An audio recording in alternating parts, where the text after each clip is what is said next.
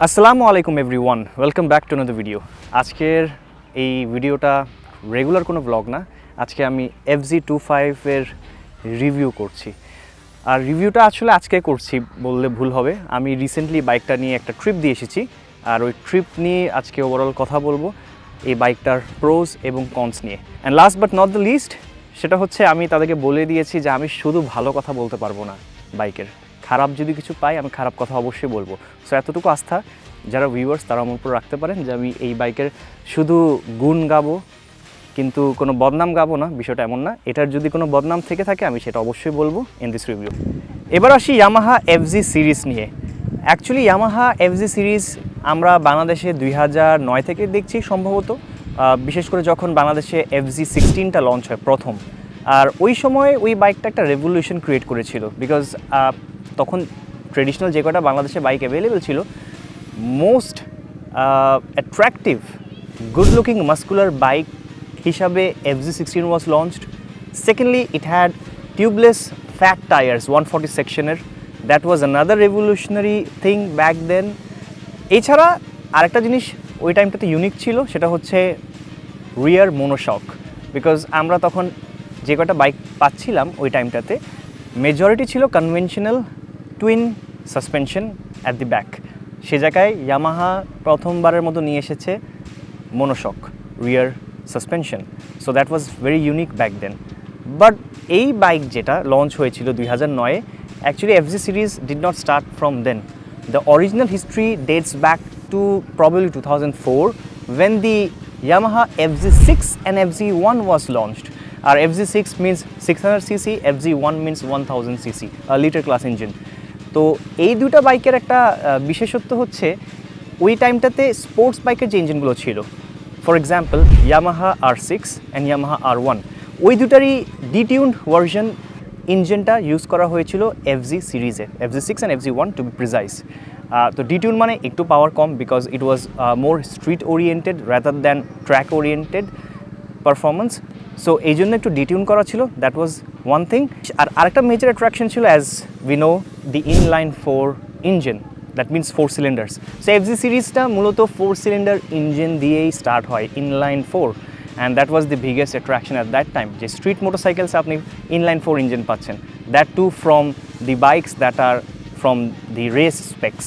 তবে এই ধরনের যে বিগ বাইকগুলো আছে এগুলো আসলে হাতে গোনা কিছু দেশ ছাড়া, বিশেষ করে ওয়েস্টার্ন ওয়ার্ল্ডের কান্ট্রিগুলো ছাড়া আমাদের সাবকন্টিনেন্টের জন্য সুটেবল ছিল না। এই জন্য সাবকন্টিনেন্টের জন্য একটি মিড স্পেকের মোটরসাইকেল দরকার ছিল from the entry level, and that is how the FZ16 came into mind. The design of FZ16 is directly inspired and adopted from its bigger brothers, the one that I've mentioned earlier. FZ16 launch হওয়ার পর তারই কন্টিনিউশনে আরও অনেকগুলো model মার্কেটে এসেছে up until 2015, including semi-feared version known as the phasor. So এই phasor 150 এবং FZ সিরিজের FZ16 থেকে নিয়ে FZ, FZS এই ধরনের অনেকগুলো মডেল 2015 পর্যন্ত এসেছে। তারপরে আরেকটা সেকেন্ড জেনারেশন বাইক এসেছে, which was launched in 2015, known as the FZ version 2 or the FZFI, which is the fuel injected version of its predecessor. পুরনো ভার্সনে ছিল কার্বোরেটেড ইঞ্জিন, আর এই নতুন মডেল যেটা 2015-তে লঞ্চ হয়েছে সেটাতে ছিল fuel injected engine. So FZ এবং ফেজার এই দুটাই লঞ্চ হয় মার্কেটে 2015-তে। আর তারপর কিন্তু খুব বেশি ফেজার যে মডেলটা আছে সেটা খুব বেশি আপগ্রেডেশন বা আপডেট আসলে করা হয়নি গ্লোবালি, বিকজ ম্যাস মার্কেটে কিন্তু যখন সাপ্লাই অ্যান্ড ডিমান্ডের স্ট্যাটিস্টিক্স নিয়ে স্টাডি করা হয় তখন দেখা যায় যে নেকেড ভার্সন বা নেকেড স্ট্রিট মডেলগুলোর প্রতি চাহিদা বেশি, সেলসও এটার বেশি। সো ফেজারের দেখা যাচ্ছে সেলসটা ডে বাই ডে খুব বেশি গ্রো করতেছিল না। And on the other hand the naked version, the naked counterpart FZ series, that was doing well. The sales was going up, and that's how they decided to go on and launch further models such as the FZ version 3 and the FZ version 4. Since then, the FZ series has been doing very well in our market as well as the neighboring countries in the subcontinent. এই বাইকগুলোর পাশাপাশি সাবকন্টিনেন্টে FZ25 এবং phasor 250 launch হয় quarter litre সেগমেন্টের মার্কেটটা ধরার জন্য।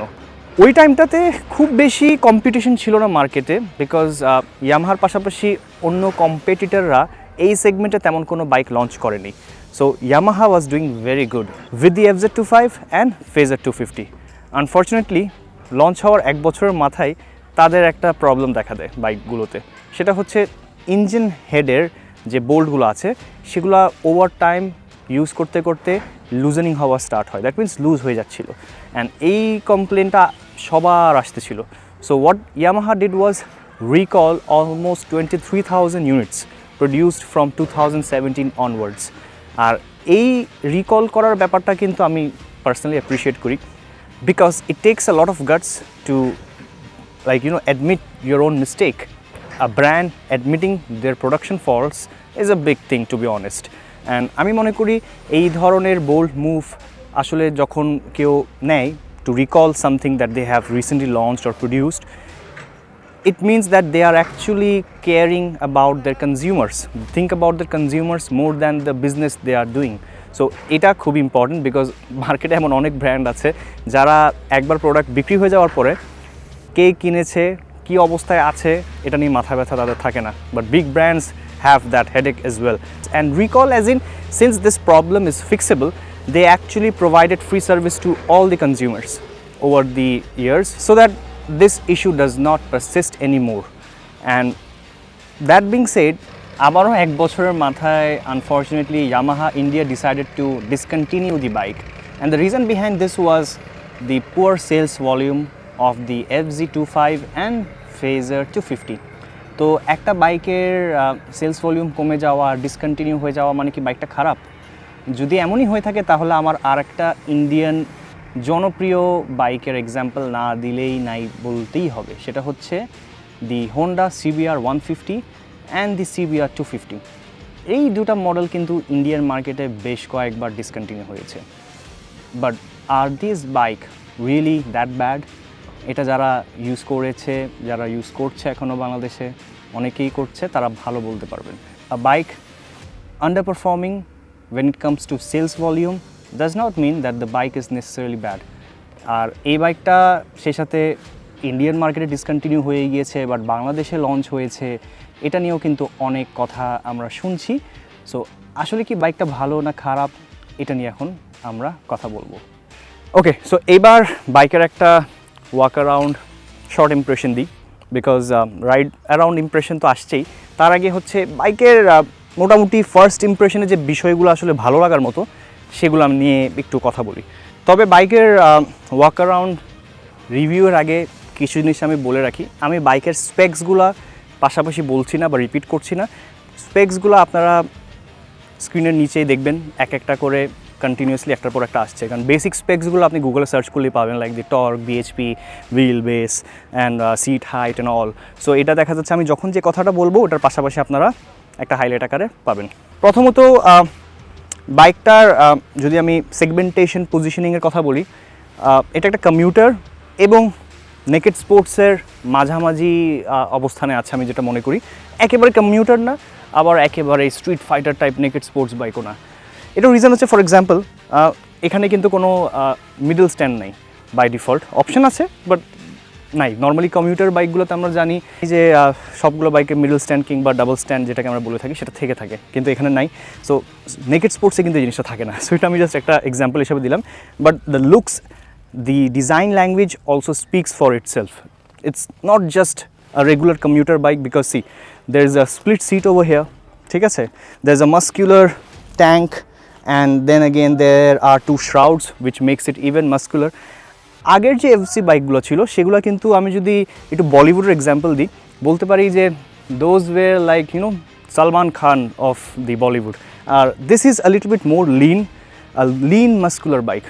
I would call this more like the physique of Hrithik Roshan.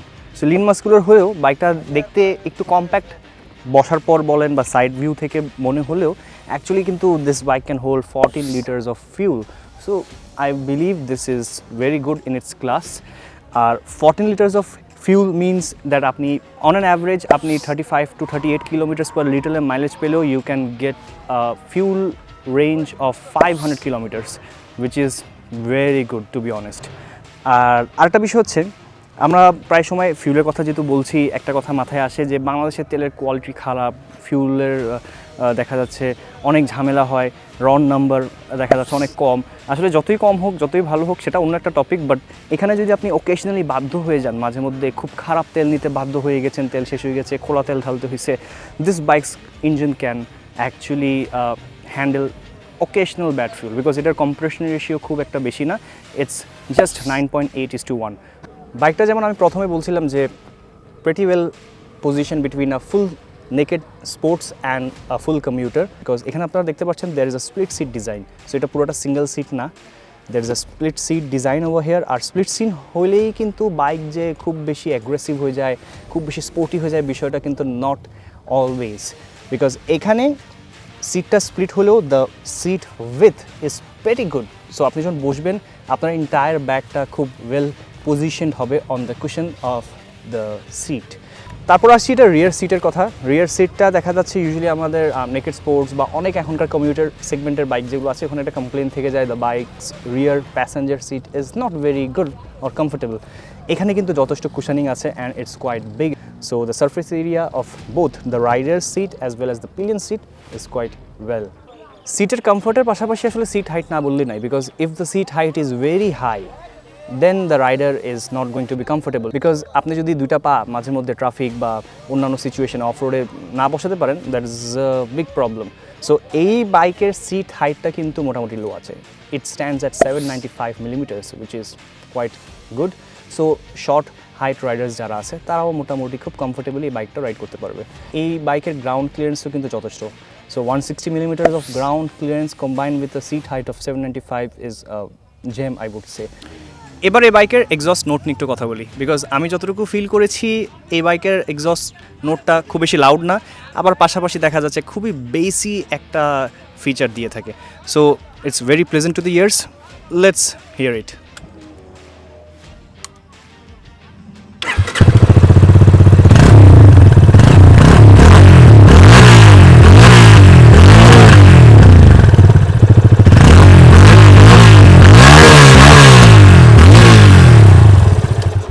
আর যদি বাকি জিনিসগুলো নিয়ে বলি, there is a rear tyre hugger, যেটাকে আমরা মাডগার্ড বলে থাকি, দ্যাটস দেয়ার অ্যাজ ডিফল্ট। তারপরে দ্য সিটিং পশ্চার যদি আমি আপনাদেরকে বলি, okay, so the seating posture is quite comfortable. The bike's handle খুব বেশি আপরাইট বলবো না, ইটস ভেরি ওয়েল ব্যালেন্সড। যেটা আমি বলছিলাম যে এটা প্রপারলি কমিউটার সেগমেন্টের বাইকও না, আবার at the same time naked স্পোর্টসও না। এটার যে foot rest position, it's pretty much centred, so you can see the angle over here, it's very comfortable. যখন আমি এখানে হ্যান্ডেলে মানে হাতগুলো রাখি তখনও আমার এখানে কোনো স্ট্রেস পড়ছে না। তো আমি বলবো না যে এটা খুব বেশি নিচু, আবার খুব বেশি আপরাইট, বিষয়টা এমনও না। সো আমার height a little above 5 feet 7 inches, আমার জন্য this is pretty well balanced actually. The ergonomics of the overall bike is very much into the comfort orientation, I would say. বাইকে বসে আমার যতটুকু মনে হয়েছে সেটা আমি বললামই, বাট আমি অ্যাকচুয়ালি রাইডও করেছি বাইকটা, সেটা নিয়ে আমি আবার পরে আরও বিস্তারিত বলছি। রাইড করার সময় আসলে আমার কাছে এটা কেমন কমফোর্টেবল মনে হয়েছে, বিকজ আমরা সবাই এ পর্যন্ত এটার কি সেলিং পয়েন্ট যেটা বা ইউনিক সেলিং পয়েন্ট ইউএসপি হিসাবে আমরা কমফর্টকে প্রায়োরিটি দিচ্ছি। সো এটা আসলে কতখানি কমফোর্টেবল সেটা আমি রাইড করার সময় বলবো। শুরুতে আমি একটা কথা বলেছিলাম যে আমি এই বাইকটা আগে রাইড করব, তারপরে রিভিউ দিব। সো চলেন এবার আমি আমার রাইডিং এক্সপিরিয়েন্সের কথা বলি। সো রাইড করার জন্য আমি আসলে ডিসাইড করছিলাম যে কোথায় যাওয়া যায়। প্রথমে মাথায় আসছে সাজেক ভ্যালি, ঢাকা থেকে সাজেক যাব। তো সাজেক যাওয়ার প্ল্যানই ঠিক করেছিলাম, কিন্তু প্রথম মে লেবার ডে দিন যখন আমি বের হই, আনফর্চুনেটলি সাজেক যাওয়ার পথে কুমিল্লাতে মোটামুটি একটা অ্যাক্সিডেন্ট হয়, আই এম নট শিওর কিসের, বাট পুরো রাস্তা যাওয়ার পথটা মনে হয় অ্যাটলিস্ট 4 to 5 আওয়ার্সের জন্য ব্লক ছিল। এমনকি আমাদের না পারতে রং সাইড দিয়ে হাইওয়ে দিয়ে যতখানি যেতে পেরেছি, গিয়ে দেখা যাচ্ছে সম্ভবত ময়নামতির একটু আগে, তারপরে গিয়ে দেখা যাচ্ছে জ্যামটা ক্লিয়ার হয়েছে, এরপর সঠিক রাস্তায় চলে এসেছি। তো এটা করতে করতে দেখা যাচ্ছে সাজেক ভ্যালি যাওয়ার জন্য আমাদের বাগাইছড়ি থেকে যে এসকর্ট থাকে বিজিবির, সে এসকর্টের একটা টাইম থাকে নির্দিষ্ট, ওই টাইমটা আনফর্চুনেটলি আমি মিস করে বসি। কোনোভাবে আমি যতই চেষ্টা করি না কেন সেম ডে রেসকোরটা ধরা পসিবল ছিল না। পরে মন খারাপ করে দেখা যাচ্ছে আমি চট্টগ্রামের উদ্দেশ্যে চলে যাই। মন খারাপ করার রিজনটা হচ্ছে 2018 সালে আমি লাস্ট সাজেক ভ্যালি গিয়েছিলাম। তো এবার খুব ইচ্ছা ছিল যে হ্যাঁ সাজেকে যাব, ন্যাচারাল এনভায়রনমেন্ট পাবো, রাইডও করব, হাইওয়েও পাবো, হিলসও পাবো।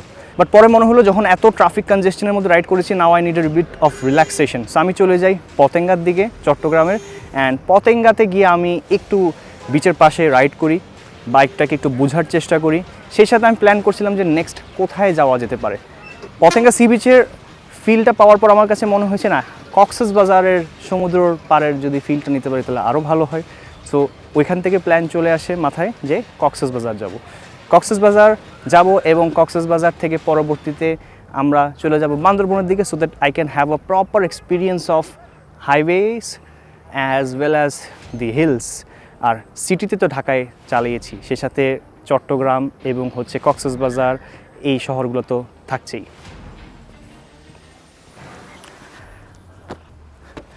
সো বেসিক্যালি ঢাকা, চট্টগ্রাম এবং কক্সবাজার শহর মিলিয়ে আমি 250 কিলোমিটার্সের মতো সিটি রাইড এক্সপিরিয়েন্স আজকে শেয়ার করব। সেই সাথে দেখা যাচ্ছে এই সিটি রাইডের এক্সপিরিয়েন্সের পাশাপাশি ঢাকা থেকে চট্টগ্রাম যাওয়া এবং কক্সবাজার যাওয়া আসা সব কিছু মিলিয়ে 800 কিলোমিটার্সের হাইওয়ে এক্সপিরিয়েন্স থাকছেই। অ্যান্ড বাকিটুকু যেটা আছে সেটা হচ্ছে আমার বান্দরবনের হিলসের এক্সপিরিয়েন্স। এই সমস্ত এক্সপিরিয়েন্সগুলো থেকে আমি যা যা ভালো দিক পেয়েছি, যা যা খারাপ দিক পেয়েছি বাইকের, সবগুলো আজকে আপনাদের সাথে শেয়ার করব। এবার আসি বাইকের সবচেয়ে আলোচিত যে বিষয়টা নিয়ে সবচেয়ে বেশি কথা হয়ে থাকে, সেটা হচ্ছে বাইকের পাওয়ার এবং টর্ক ফিগার্সগুলো। খাতা কলমে খুব বেশি না হলেও, তবে যখন আপনি বাইকটা প্র্যাকটিক্যালি রোডে চালাবেন তখন কিন্তু এইটার লো এন্ড পাঞ্চটা বেশ ভালোই ফিল করা যায়। এবং এই লো এন্ড পাঞ্চটা মিড আরপিএম রেঞ্জ পর্যন্ত আপনি কন্টিনিউসলি পাবেন, বিকজ এটার পিক টর্ক ডেলিভার হয় 6000 আরপিএমে। সো বুঝতেই পারছেন কেন এটার লো এন্ড পাঞ্চটা বেশ ভালো। এবং এই টর্কি নেচার যেটা আছে এই বাইকের, সেটাই কিন্তু যথেষ্ট for city rides and very good highway riding experience, because more than BHP we need torque when it comes to overtaking in the highways. So overtaking in the highways is pure fun. যে কমপ্লেনটা usually পুরানো FZ generation যেগুলো আছে, বিশেষ করে 150 সেগমেন্টের, সেটাতে মোটামুটি একটা কমপ্লেন ছিল যে বাইকটা খুব বেশি টর্কি না, টর্ক খুবই কম, হাইওয়েতে ওভারটেক করার সময় কষ্ট হয়। But this gives a totally dramatic different experience when it comes to overtaking. সেই সাথে কিন্তু এই বাইকটা যথেষ্ট smooth. In my opinion I would say mid RPM পর্যন্ত ইটস বাটার স্মুথ। হ্যাঁ, হাই আরপিএমে গেলে তখন আপনি কিছুটা একটা ওয়াইবি ফিল পাবেন, এটা ইউজুয়ালি সব বাইকেই থাকে, এই বাইকেও আছে। হাইওয়েতে ওভারটেকিংয়ের পাশাপাশি কিন্তু আরেকটা জিনিস প্রয়োজন হয়, সেটা হচ্ছে হর্ন। মাঝে মধ্যে কিন্তু হর্ন দিতে হয়, আর এটার হর্ন যথেষ্ট decent. It's not loud, it's not very low as well. So the stock horns are good enough for the highways as well. হাইওয়েতে একটা বিষয় থাকে, সেটা হচ্ছে যখন আপনি বাইক রাইড করবেন তখন মাঝে মধ্যে কিন্তু আপনার ম্যানুভার করতে হয়। বিশেষ করে ওভারটেকিংয়ের সময় আপনি স্ট্রেট লাইনে তো ওভারটেক করবেন না, মাঝে মধ্যে আপনার একটু বামে নিতে হয়, একটু ডানে নিতে হয়, একটু কাটতে হয়। So the handling of this bike is very good as well. Despite having a curve weight of around 153 kilograms, it still has a very low center of gravity. That being said, the bike is very nimble and agile. এর আগে কিন্তু আমি seating posture এবং seating position নিয়ে কথা বলছিলাম, that is very comfortable. City রাইডিংয়ের জন্য শুধু নয়, এটা কিন্তু আপনি যখন হাইওয়েতে রাইড করবেন তখনও when you are going for very long stretches, continuously riding for endless hours, আপনার বডিতে কোনো ফেটিক ফিল হবে না, because I didn't have it either. So the positioning when you are sitting on this bike is quite comfortable. The footrest position, the handlebar position, the way you are putting your arms on the handlebar is just perfect for a commuter come naked sports bike, because this is somewhere in between. হাইওয়েতে আরেকটা important জিনিস হচ্ছে when you riding at night, তখন headlight প্রজেকশনের আলোটা কতখানি in stock is very important. This bike having a projection LED headlight has performed very good during my night rides. Almost all of the highway was well illuminated with the stock headlight setup, and when I was using the high beam it was even more comfortable. একটা মজার জিনিস হচ্ছে যেটা usually আমি অন্য বাইকে পাই নাই, সেটা হচ্ছে রিজার্ভে যখন চলে আসে বিশেষ করে ইএফআই বাইকগুলো, তখন কিন্তু আপনার লাস্ট বার যেটা ব্লিঙ্ক করবে ওইটাই মানে হচ্ছে রিজার্ভ আপনার চলে এসেছে। কিন্তু রিজার্ভে আপনি কতটুকু চালিয়েছেন এটা কিন্তু আপনার ম্যানুয়ালি হিসাব রাখতে হবে। But this bike has a separate fuel trip meter, so when it starts blinking তখন হচ্ছে রিজার্ভে যখন চলে আসবে এক্স্যাক্টলি ওই মোমেন্ট থেকে আর একটা ট্রিপ মিটার এফ দিয়ে ডিনোট হওয়া চলে আসবে, that how many kilometres ইউভ bin riding this bike with the reserve fuel. So this gives you a reminder that you have to take fuel, and usually reserve fuel 2.5 liters এর মতো থাকে. So that being said, you can guess with an average economy of fuel standing at 35 kilometers per liter, you can roughly ride for 70 to 80 kilometers with the reserve fuel. এতক্ষণ যা বলেছি তা ছিল আমার city এবং হাইওয়ে রাইডের experience. এখন আমি যে কথাগুলো বলবো সেটা হচ্ছে বান্দরবনে যাওয়ার পরের আমার experience, because I got the chance to ride the FZ25 on the Bangladesh's highest motorable road known as Dim Pahar. So Dim Pahar is approximately at an elevation of 2,500 feet above the sea level. ওই জায়গায় যেতে you have to go through some steep hills. তো ওই steep হিলসে যাওয়ার যে আমার experience, that was quite good because of the torquey nature of the bike, which I have been saying previously. So the torque delivery when it comes to riding steep hills is excellent, because first এবং second গিয়ারে যেসব জায়গায় normally যে বাইকগুলো যায়, I was able to ride up on those places on second, third and at times on the fourth gear as well. So that's because 6000 RPM হচ্ছে pick torque. So 3 থেকে 4000 RPM যদি আপনি কনস্ট্যান্ট চালা থাকেন হিলসে, হঠাৎ করে যখন আপনি থ্রটলটা মোচড় দিবেন, you get quite a bit of power delivered because of the peak RPM being at 6000. So 4000 onwards it's going to the peak, and that's when you get a good amount of torque. সেই সাথে যখন কর্নার্সগুলো আসছিল, I was able to lean very comfortably. আমার কোনো ধরনের problem feel হচ্ছিল না।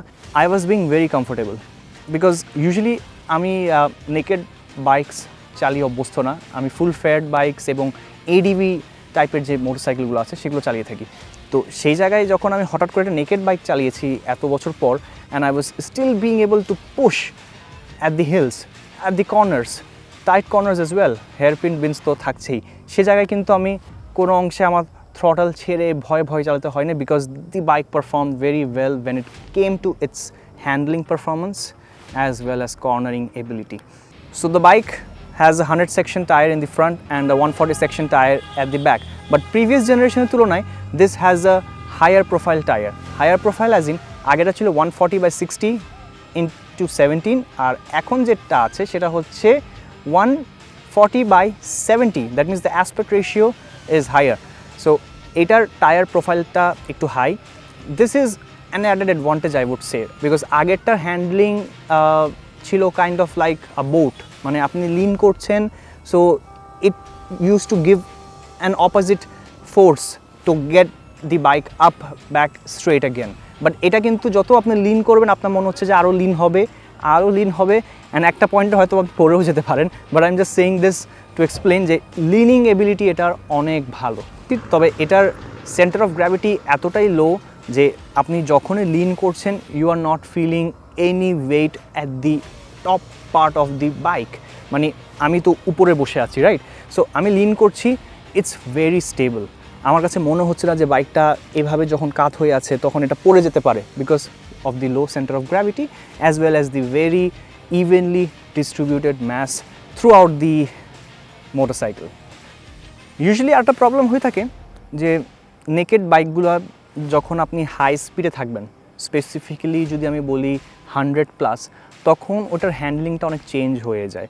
The behaviour gets change, the bike feels very light and it's not very agile at those speeds. Bike manoeuvre করাটা একটু ডিফিকাল্ট হয়ে যায়। ফর এক্সাম্পল আমি যদি ডিরেক্ট কম্প্যারিজন করি MT-15 সাথে, 100+ স্পিডে কিন্তু বাইকটার হ্যান্ডলিংটা একটু ডিফারেন্ট হয়ে যায়। It's very good up to 100, but 100+ গেলে the bike behaviour changes a bit. But this on the other hand, to be honest, since I'm not comparing it with any other brands, আমি এই ব্র্যান্ডেরই একটা মডেলের সাথে compare করছি। মানে এটা ডিজাইনটা এমনভাবে করা যে আমার কাছে কোনো ডিফারেন্স ফিল হয় নাই that I'm not riding a faired motorcycle. Naked হওয়ার পরও the aerodynamics felt very good. I don't know why, but it felt good. It could be because of the thing that I was telling earlier, যে এটার center of gravity অনেক low. This could be one reason, and maybe the overall bike ergonomics. সেই সাথে কিছু জায়গায় কিন্তু আমার অনেক অফরোডও করতে হয়েছে, যেখানে দেখা যাচ্ছে স্টিপ হিলস আছে, ডাউন হিলস আছে, সেই সাথে দেখা যাচ্ছে রাস্তার ট্র্যাকশন খুব একটা বেশি না, অনেক ধরনের ধরেন হাউ ডু আই সে, মানে এক কথায় it's not like the usual highways. আমি কাঁচা রাস্তায় অনেক জায়গায় চালিয়েছি, কিছু কিছু জায়গায় দেখা যাচ্ছে রাস্তা ভেজা ছিল। The off road capabilities of this motorcycle is very good as well. আমার কাছে ওভারঅল বাইকের ট্র্যাকশন লুজ হচ্ছে এমন মনে হয়নি, যতখানি মনে হয়েছে I felt it was because of the tyre, but overall the bike felt very strongly attached to the ground regardless of the terrain. So off-road capabilities is very good as well. কারণ আমি off-road করার জন্য এক Mirinja valley গিয়েছি। মিরিঞ্জা ভ্যালিতে কিছু ভিতরে আঁকাবাঁকা trail আছে, যেখানে মোটামুটি ডিসেন্ট অফরোড আছে। সেই সাথে পাশাপাশি আমি গিয়েছিলাম আরেকটা রাস্তায় অফরোড করার জন্য, সেটা হচ্ছে টিন্ডু। সো টিন্ডু যাওয়ার সময় কিন্তু অনেক ভালো স্টিপ কিছু টাইট সিচুয়েশন আছে, যেখানে কিছু কিছু জায়গায় আমার টারম্যাক ছিল, কিছু কিছু জায়গায় ছিল আমার different types of terrain. So ওই জায়গাও কিন্তু আই ফেল্ট ভেরি কনফিডেন্ট।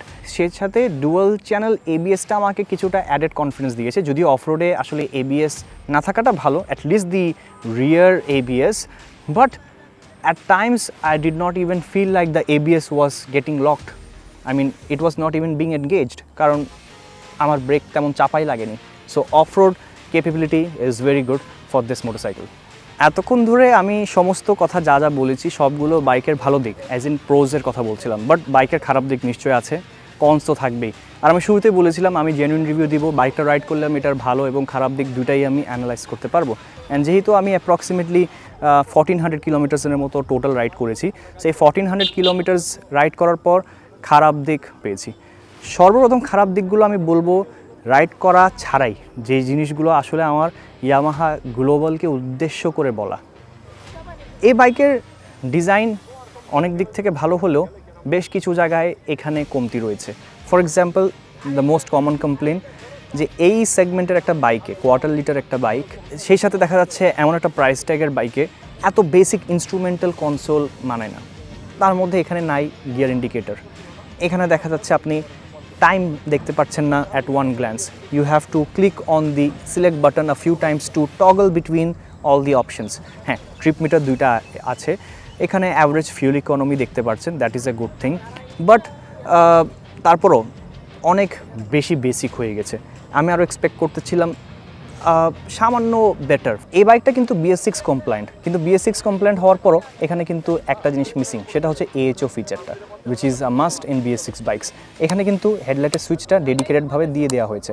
এটা বাংলাদেশের অনেক ইউজারদের জন্য কনভিনিয়েন্ট হেডলাইট সুইচ, বাট আমার জন্য পার্সোনালি কনভিনিয়েন্ট না। বিকজ ফর এক্সাম্পল, আমি যখন ট্রাফিকে আছি, হঠাৎ করে আমি কিল সুইচটা অফ করেছি, হেডলাইটটা কিন্তু বন্ধ করতে আমি ভুলে যাচ্ছি। আর যদি মনেও থাকে, ইটস এক্সট্রা হেডেক যে আপনি কিল সুইচটা বন্ধ করছেন, পাশাপাশি আবার আপনার আরেকটা বাটন টিপ দিতে হচ্ছে। সো এত টিপাটিপি করা আসলে সবার জন্য সহজ না, আমি প্রেফার করি না। আরেকটা বিষয় হচ্ছে, হেডলাইট সুইচ বন্ধ করার অপশন থাকলেও আপনি যখন ট্রাফিকে থাকবেন, কিল সুইচ অফ করলে কিন্তু হেডলাইট জ্বলতে থাকছে যদি আপনি হেডলাইটটা ম্যানুয়ালি অফ না করেন। তবে যদি সাইড স্ট্যান্ডটা নামিয়ে দেন, তখন কিন্তু অটোমেটিকলি হেডলাইটটা বন্ধ হয়ে যায়। So this is a good thing. কিন্তু এই সাইড স্ট্যান্ডের সাথে যে কানেকশনটা দেওয়া, এটা যদি সুইচ থাকার পরও কিল সুইচের সাথে দেওয়া থাকতো, তাহলে এই প্রবলেমটা আমি মনে করি সর্ট আউট হয়ে যেত। এটার যে সাসপেনশন সেটআপটা, এটাও কিন্তু on the stiffer end, it's not very soft. তবে হ্যাঁ, এটাও জিনিস আমাদের জানা দরকার, যত আপনি বিগ ডিসপ্লেসমেন্ট বাইকে যাবেন, বাইকটা একটু হেভিয়ার হবে, ইঞ্জিন বড় হবে, ওয়েট বাড়বে। সো ওই ওয়েটটাকে হ্যান্ডেল করার জন্য একটু স্টিফ সাসপেনশন প্রয়োজন, না হলে 1000 সিসির যে সুপার বাইকগুলো আছে সেগুলোতে স্টিফ সাসপেনশন থাকতো না। সো এটাতে একটু স্টিফ সাসপেনশন, বাট 150 সেগমেন্টের তুলনায় স্টিফ, বাট অন্যান্য বিগ বাইকের তুলনায় দেখা যাচ্ছে it's not that bad either. যেহেতু এই বাইকের সাসপেনশন সেটআপটা কিছুটা স্টিফ, অ্যান্ড এটার রিজনও বলেছি, তবে আমি মনে করি গ্লোবাল ডিজাইন যদি চেঞ্জ করে এটা ট্রেডিশনাল টেলিস্কোপিক ফর্কগুলা বাদ দিয়ে by any chance USD fork দেওয়া যেত, it would have been a perfect setup being a 250cc motorcycle. এবার যে দিকগুলো আমি বলবো সেটা হচ্ছে ইয়ামাহা বাংলাদেশ অর্থাৎ এসএম মোটরসকে উদ্দেশ্য করে তারা কিছু জিনিস করতে পারতো যেটা করলে আমরা ইউজাররা আরও বেশি স্যাটিসফাইড হতাম। সর্বপ্রথম তারা যে বাইকটা এনেছে এটা হচ্ছে FZ25। এটার আরেকটা ভেরিয়েন্ট আছে, little bit updated variant which is the FZS25। So বাংলাদেশের মার্কেটে যদি সরাসরি FZS25টা ইন্ট্রোডিউস করা যেত FZ25 না করে, তাহলে আমি মনে করি ভালো হতো। ইয়ামাহা ইন্ডিয়া কিন্তু আফটার মার্কেট অফিসিয়াল LED ব্লিঙ্কার্স কিংবা ইন্ডিকেটার্স অফার করে থাকে with an additional price tag. So ওইটা কিনতে পাওয়া যায়, কিন্তু বাংলাদেশে যেহেতু এখন বাইক ম্যানুফ্যাকচার হচ্ছে কিছুটা মিনিমালিস্টিক চেঞ্জ যেগুলো অফিসিয়ালি যে পার্টসগুলো আফটার মার্কেট হিসাবে সাপ্লাই করছে ইয়ামাহা, সেটা যদি ডিফল্ট হিসাবে থাকতো it would have been good. যেমন এই বাইকের সাথে এই ট্রেডিশনাল ওল্ড শেপ যে ইন্ডিকেটরগুলো আছে সেটা না দিয়ে যদি LED ব্লিঙ্কার্সগুলো দিত it would look much more slicker and better. Last যে কটা খারাপ দিক বলেছি এগুলো ছিল আমার ইয়ামাহা গ্লোবাল এবং ইয়ামাহা বাংলাদেশকে উদ্দেশ্য করে বলা। তবে কিছু খারাপ দিক ইন জেনারেলও আছে।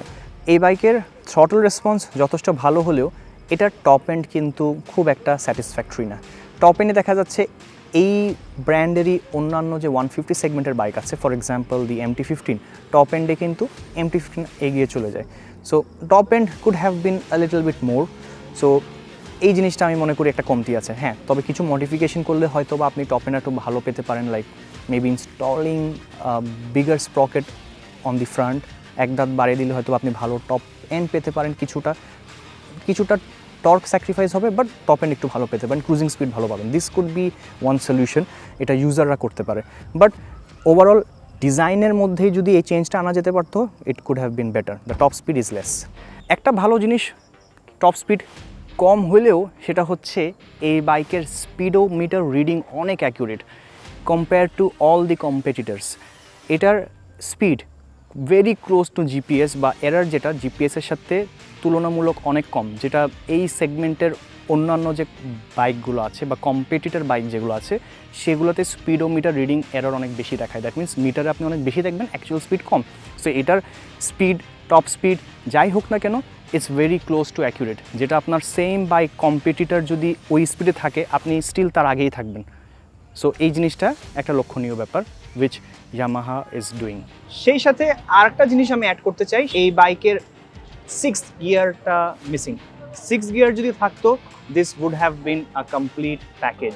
আমি যদিও অনেক সফট চালিয়েছি, কিছু জায়গায় পুশ করেছি, but I still manage to get fuel economy of somewhere around 37 kilometers per liter, but that was like a mixed riding condition. তবে হ্যাঁ, ব্র্যান্ড নিউ বাইক হিসাবে এটার ফিউল ইকোনমি একটু কম হতেই পারে, because I just broke in the bike. এটার ব্রেকিংটা মাত্র complete হয়েছে, সেই সাথে আমি হাইওয়েতেও পুশ করেছি। হয়তো বা বাইকটা আর একটু পুরানো হলে maybe the fuel economy might increase by 2 to 3 kilometers per liter. সর্বশেষে আমি একটা কথাই বলতে চাই, সব কিছুই ভালো এই বাইকের, এটা রাইডিং এক্সপিরিয়েন্সও অসাধারণ ওভারঅল, বাট এই বাইকের প্রাইস ট্যাগটা আমি মনে করি 1.5 লক্ষ টাকা যদি কম হতো তাহলে it would have been a sweet spot and definitely bike sales boom করতো। এখন যে করছে না তা না, the loyal Yamaha users are still going to bite, but তখন সেলস আরও বাড়তো। তবে হ্যাঁ, গ্লোবালি ইয়ামাহা বাইকের প্রাইস বেশি, দিস ইজ নাথিং নিউ।